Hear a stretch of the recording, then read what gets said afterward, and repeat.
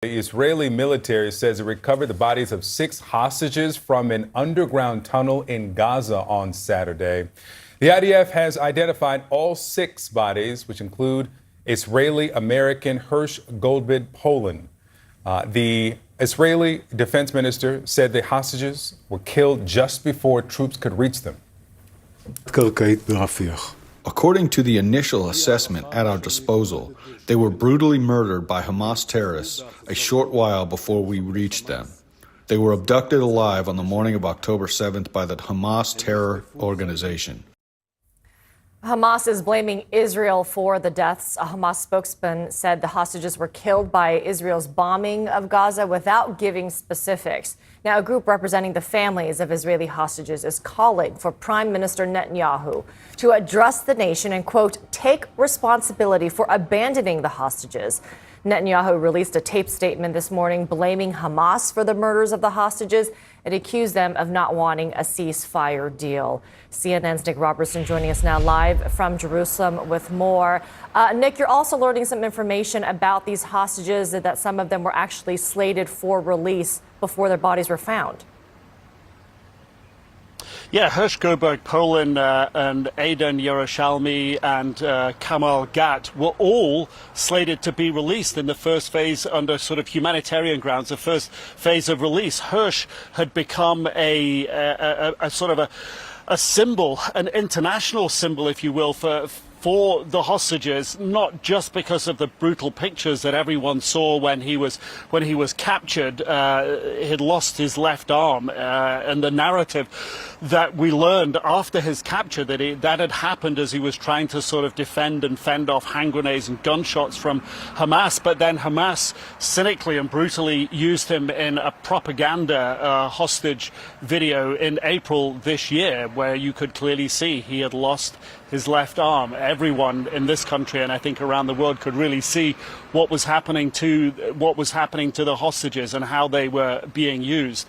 But these 3 were expected to be in the first phase of release. There are huge political recriminations, not just from the family of the hostages, not just even from opposition politicians here, but also even the defense minister calling on the prime minister to revisit the cabinet vote last week that many people believed shut down the possibility of getting a hostage deal through.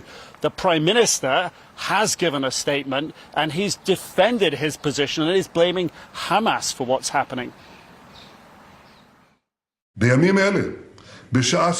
In recent days, as Israel has been holding intensive negotiations with a mediator in a supreme effort to reach a deal, Hamas is continuing to steadfastly refuse all proposals. Even worse, at the exact same time, it murdered 6 of our hostages. Whoever murders hostages does not want a deal. For our part, we will not relent. The government of Israel is committed, and I am personally committed, to continue striving towards a deal that will return all of our hostages and ensure our security and our existence. But I think I should also just give you a sense of some of the heartbreak that the families are feeling. The cousin of Carmel Gat, who was visiting her family in the nearby to the Nova Music Festival, Kibbutz Be'eri. She was 40 years old. She was an occupational therapist. She saw her mother be killed in front of her eyes by Hamas before she was abducted. And her cousin wrote this letter, and I'll just read some of it because it's so poignant and captivates the sense and the mood and the loss here. He says, "Sorry, Carmel. Sorry we didn't stop it when it was possible. Sorry we let them kill you. I wish you saw and heard, and I wish you even saw with your own eyes, and I'm sorry you saw with your own eyes the murder of your mother. I wish you discovered that your father and your brother and your sister-in-law and your niece survived. I wish you saw how your friends fought to bring you alive. I wish you hadn't heard the Prime Minister say that the Philadelphia corridor, the sticking point in the negotiations, is more important than your life and the lives of the other hostages. I can only imagine how much rage that must have filled you with."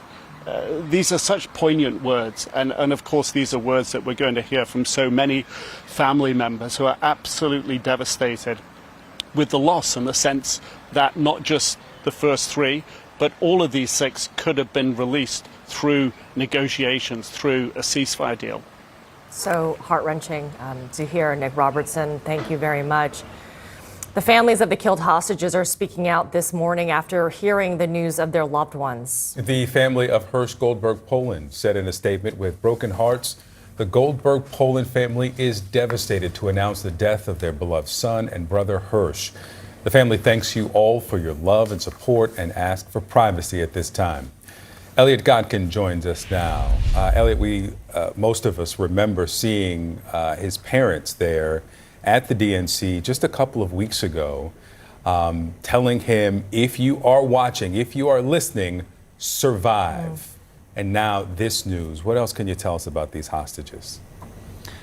Victor, yes, very poignant that his parents were so vocal and visible in their advocacy for the release, not just of their son Hirsch, but also for all of the hostages. As you say, they spoke at the Democratic National Convention and indeed joined, or got the audience all to, in unison, chant, bring them home, which has become a refrain for the families of hostages who were kidnapped in the Hamas-led terrorist attacks of October the 7th. The parents had met with President Joe Biden as well. And of course, if anyone can remember those searing images from October the 7th, one of the ones that sticks in the mind most was that of Hirsch with half of his left arm blown off, being herded onto the back of a truck and being taken into Gaza. Now, we have a first-hand account from one of his friends from that day saying that they had taken refuge in a small bomb shelter as they were trying to flee from the onslaught, and that as the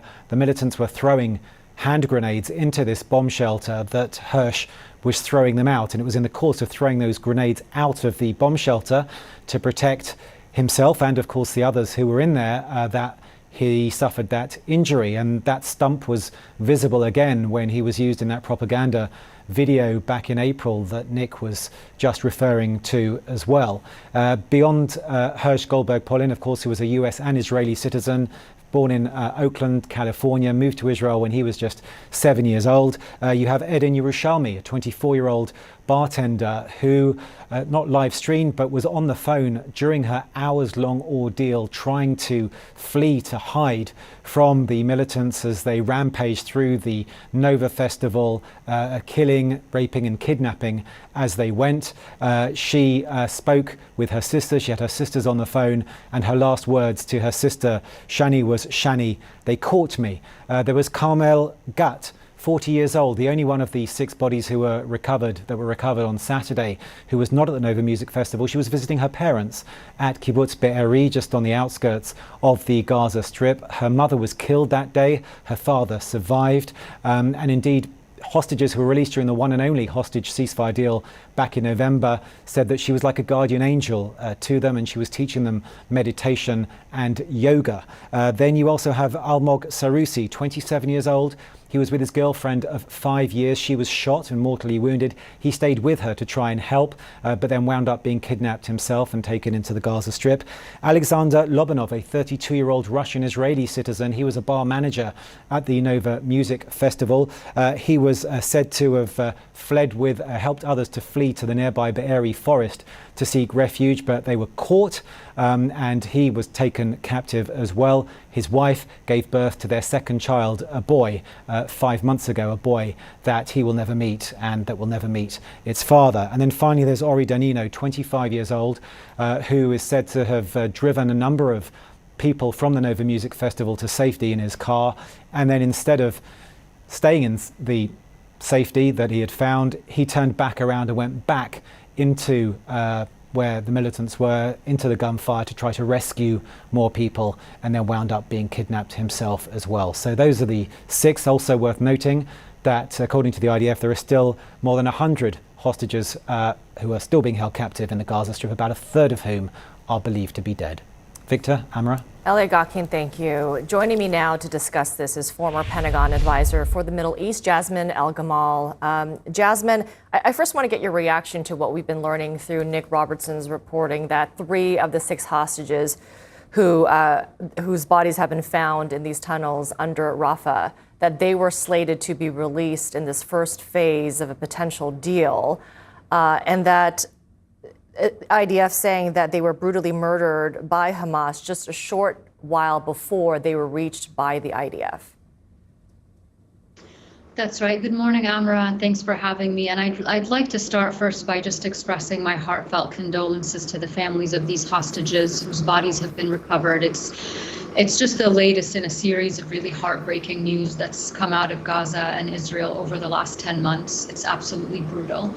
To your question, now, it is true that reportedly some of the hostages had been slated for release. It's been reported that Hirsch Goldberg Poland was one of those names that had been approved by Hamas for release, and that the deal had continued to be held up because Prime Minister Netanyahu had refused to concede on that point of having Israeli troops controlling the Gaza side of the Egypt-Gaza border, also known as the Philadelphia corridor.